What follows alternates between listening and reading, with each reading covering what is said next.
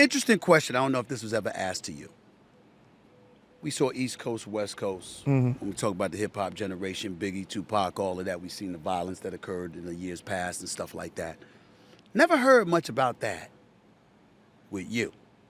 I don't know whether that's true or not. First of all, I want to say, is that true? I wasn't following the rap game in the South, even though I knew about the Two Live Crew.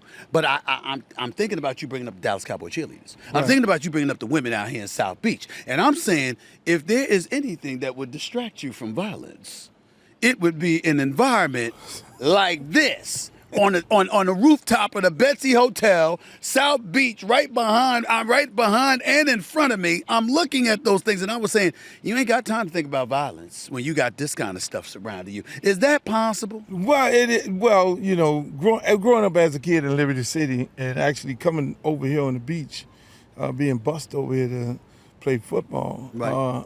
I was a little tough guy at right. one point in my life, and I never wanted to sing or rap about that. I let other people on my label do that. And by the way, that Liberty Football League was founded in 1990. Yes, sir. Yes, sir. But at the same time, I did get into a little West Coast, East Coast beef. Right.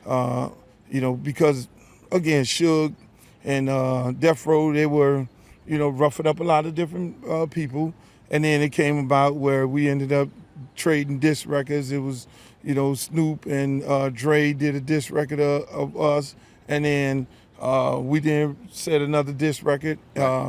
We then did our disc record, but then again, I grew up kind of tough around here. Right. I had a whole bunch of successful brothers. I was the black sheep of the family. I was the bad guy. Something that I'm not proud of during those times. But then when that beef came to us, it ended up in Jack the Rapper. So, which was in Atlanta. They did a little story about it they did a episode on BMF last week. Right. About that whole little incident, and we ended up having a confrontation there, a little touch-up event where some people got touched up. All right. Because we won no punks. Right. And so when that beef came to us, then we had to address it. I tried to squash it because I'm a peaceful guy. Right. But the organizers of the event said there was no need, and I was like, yes, there is a need, and because if they come, we come, then it's gonna be a problem. Right. And it became a problem at the hotel, and it was a melee, and they kind of showed that in the BMF movie. BMF show. Yep. Show. Which another crazy part of that story there, that was when Cortez Kennedy was holding out. Okay. And Cortez was in the hotel with us before we went to the actual convention. Right.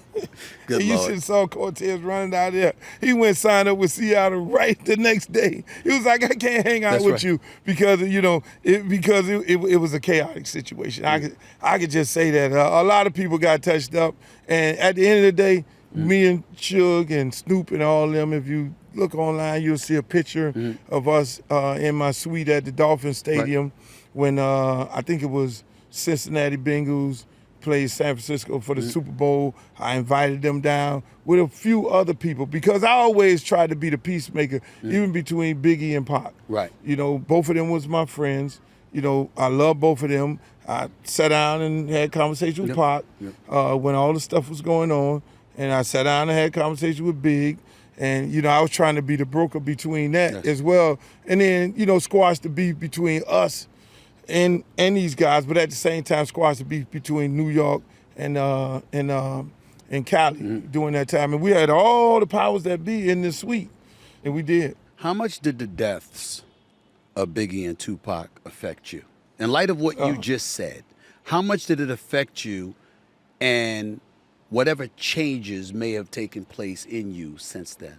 Man, it made me be more involved when I saw beefs in my industry. It made me be more involved if I saw, it made me be more involved in the kids' lives that I'm at every day. It showed me that, you take your platform and take the knowledge that you have to be able to save some lives because, I mean, you don't know how many conversations I had with both of them guys.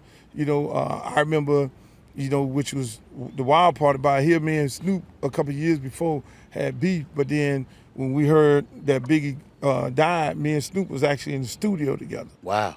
And so we sitting there, and the phones go to ringing, and everybody's like, whoa, whoa, whoa. Now here, me and a guy who had beef, sitting in the studio, making a record, and then, because of this same situation, these guys, Biggie didn't get murdered.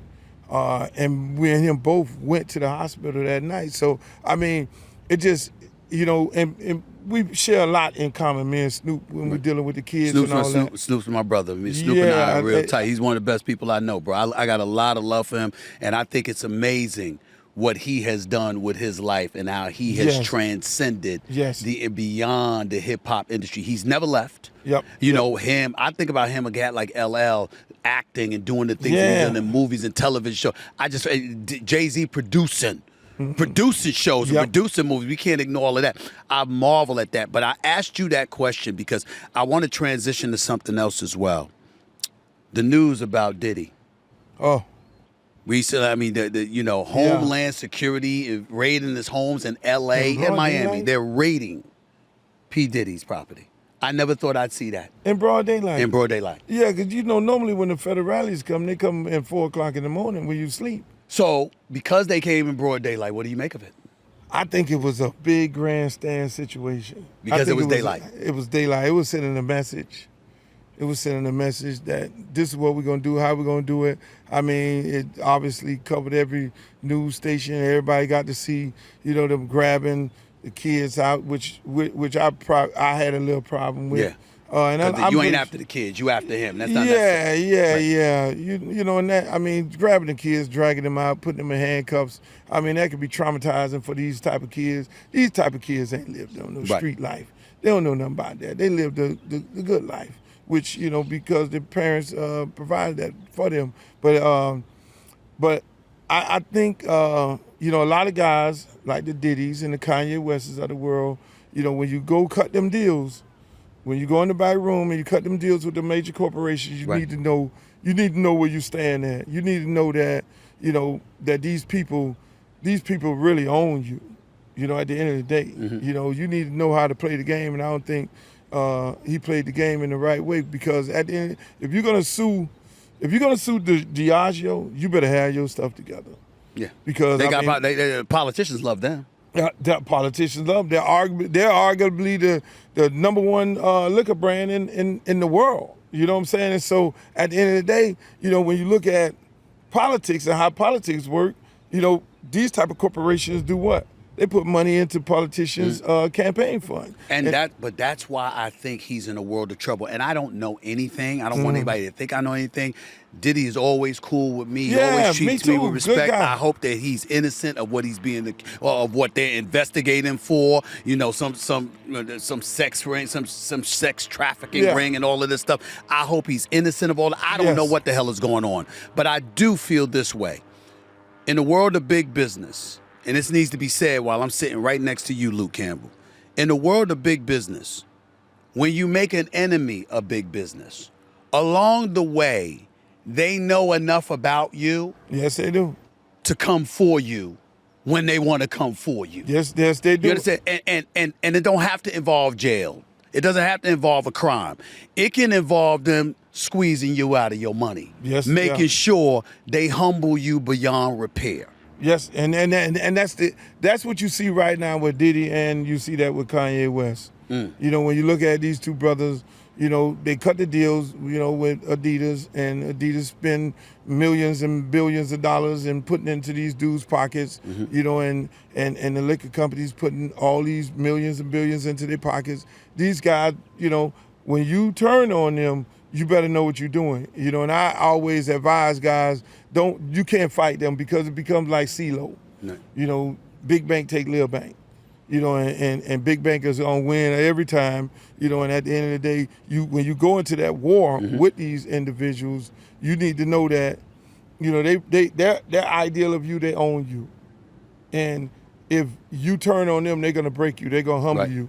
they're gonna take everything that they gave you away from you, humble you, find another brother and put him on that pedestal, the same pedestal that they put you on. But as independent as you have been throughout your career, I think it's important to bring this up because I try to bring this up. I'm 56 years old. I've been in my business for a long time.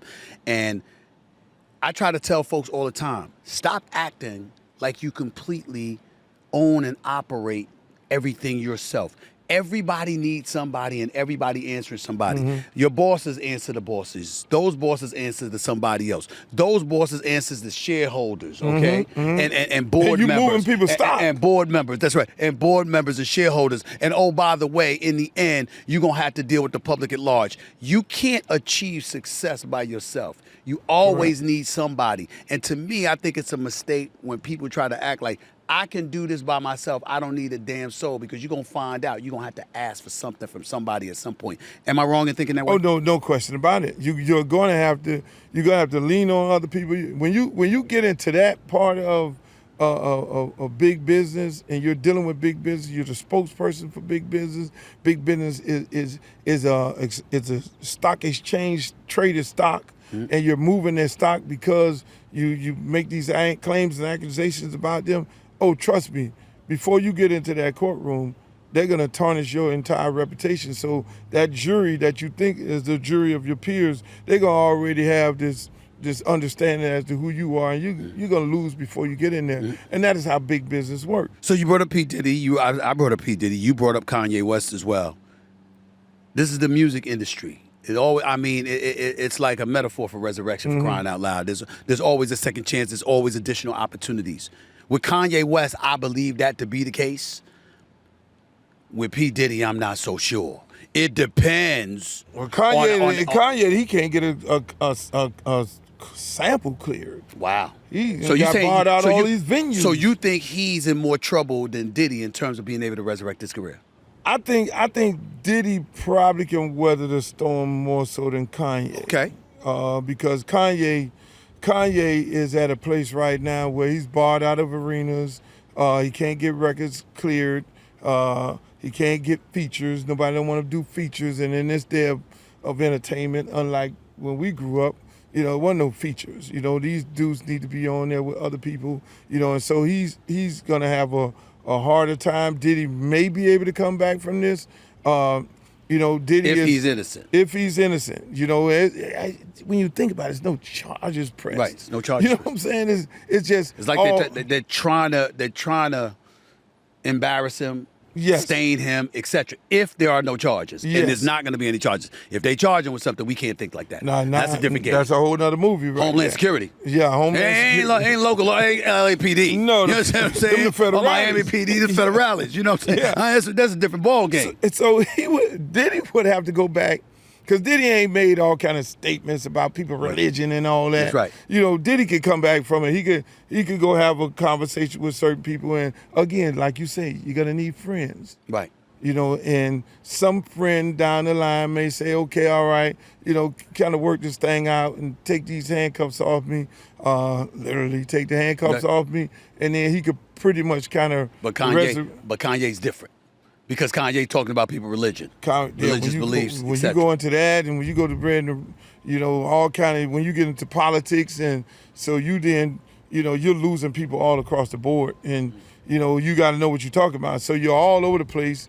It's gonna be tough for him. I think it's gonna be enough people can vouch for Diddy as being a good person and not a bad guy, because he's not a bad guy. Okay. I knew him from the time he was with Big. Right. And when they were together, and he's a real sensitive dude way back then. Even, now he's just he's a nice, humble guy. He's not this big animal. I don't know what people do at the end of the party, because when I go to the party, Steve, I leave.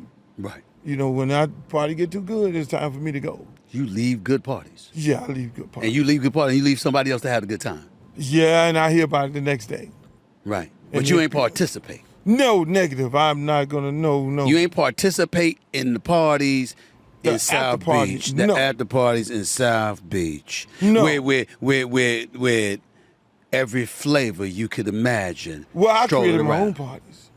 Right. Yes, I did. It's still an after party. Yeah, It's still yours. My own parties. You want me to tell you another party story?